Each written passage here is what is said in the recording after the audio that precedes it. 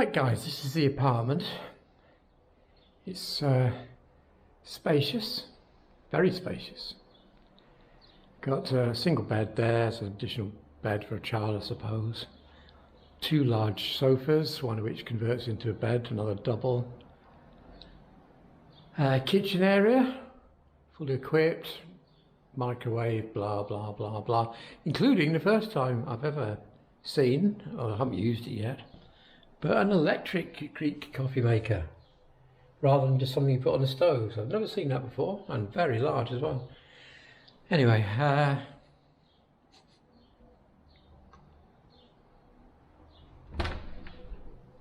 spacious bathroom. The main room's air conditioning. You might hear it buzzing away in the background because it's been over 30 degrees again here today. Bedroom, king size bed, again air conditioned. We turn it on, a few hours we'll go to bed and get a good night's kip. And then outside, of course, a large balcony.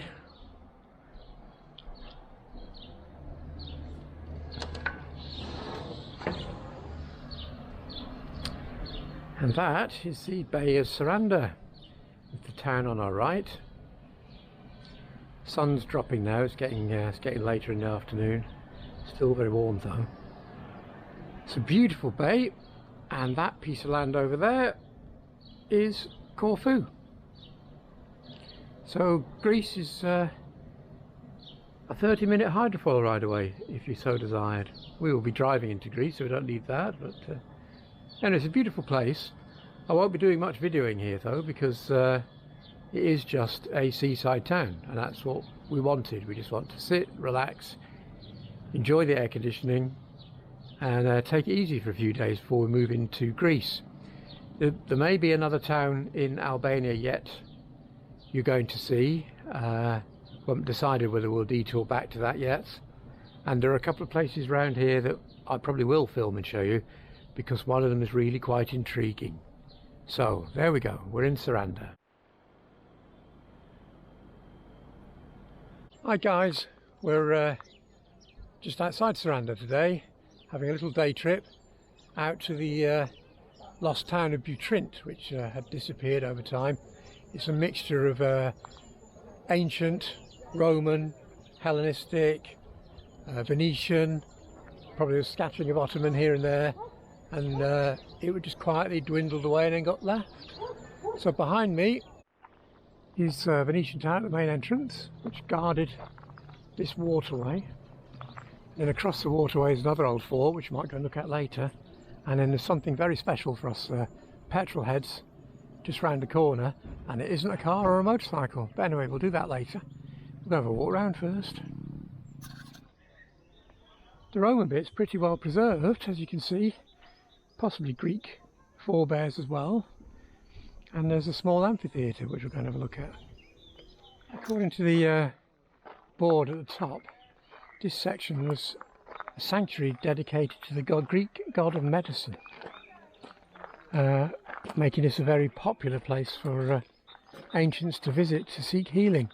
And we're about to walk over a little bridge into the amphitheater, and in the water, I don't know if you're able to see this, there are loads of turtles.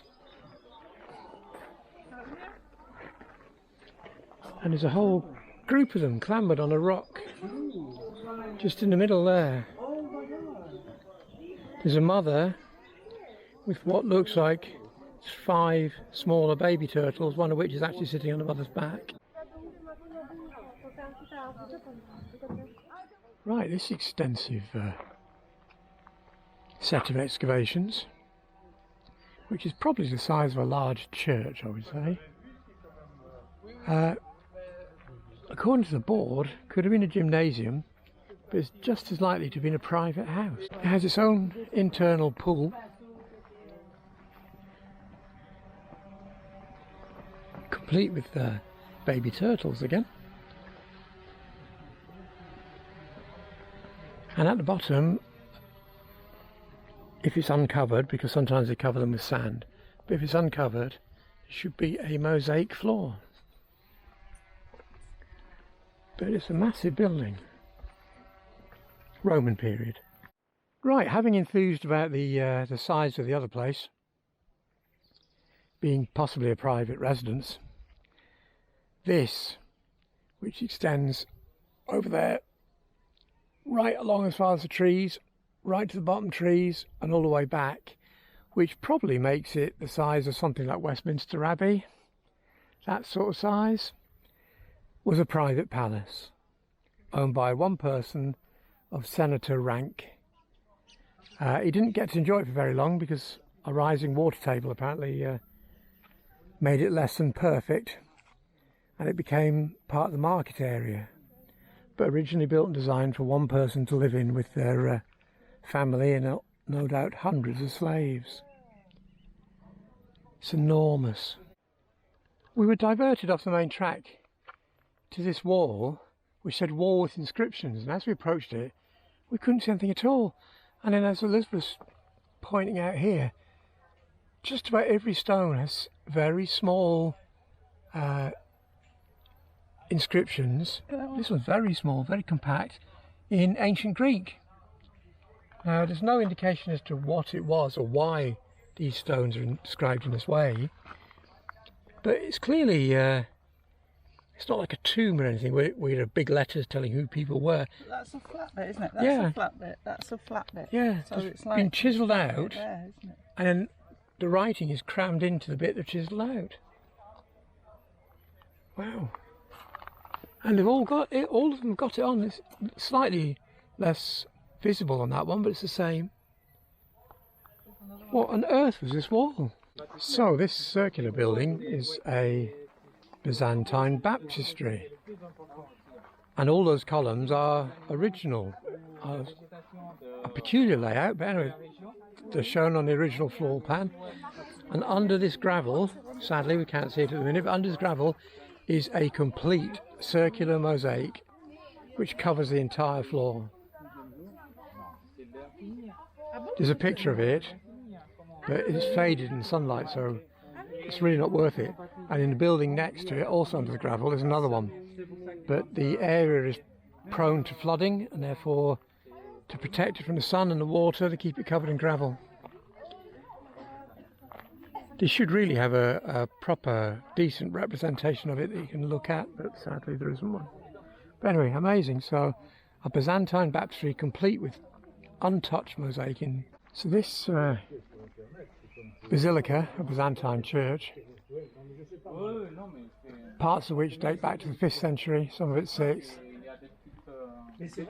There was actually a bishop of Butrint at that time, so obviously a very well developed Christian community with a very large church. So as well as being able to choose absolutely sublime spots to live in, and that's some view, you might just be able to make out a bit of stone poking out the water there. There's a bit more down here, there's not a lot left, but there was an aqueduct which ran across this bay over to that hill where presumably there was a spring which carried water from that side of the inlet into the city, which is very impressive. That was in the Roman period.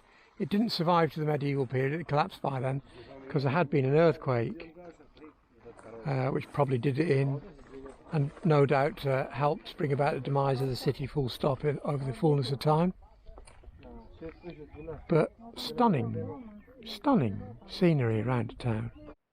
Right, we're at the Lion Gate, and first of all I couldn't work out what it was, but there's a head of a pig and the lion's head is on the back of the pig's head devouring it. So there you go, Lion's Gate. Some of these individual blocks weigh 5 tons apparently. This is the castle at the top of the hill, and it brings us back to the Anglo-Saxons I mentioned in the Durres video, because in the late 11th century the Normans took this from the Byzantines and hung on to it for a short time before the Byzantines sent out their armies to reclaim this part of Albania, which, although I'm not entirely sure of the dates, fits in nicely with the battle that would have been outside Durres. So part of the same campaign to rid this sector of the Normans. So the other interesting thing about being at Butrint is this mobile pontoon bridge, which the minibus is just driving on now.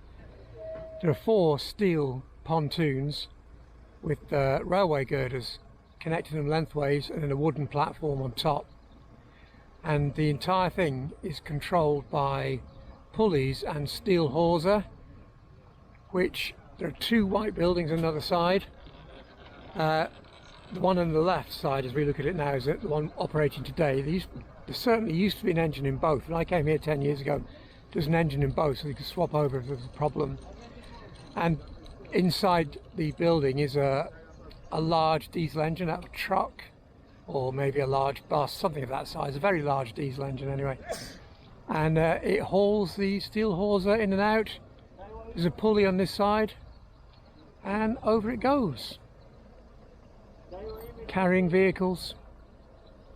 There is, in fact, with the road on the other side, you can actually go down that road to join another one to a mountain pass crossing into Greece, which we did consider just for a laugh, but part of it is apparently unmade, so it's dirt, which may not be so much for a laugh. So we're going to go by the main one. But there you go. A piece of old technology still functioning perfectly well.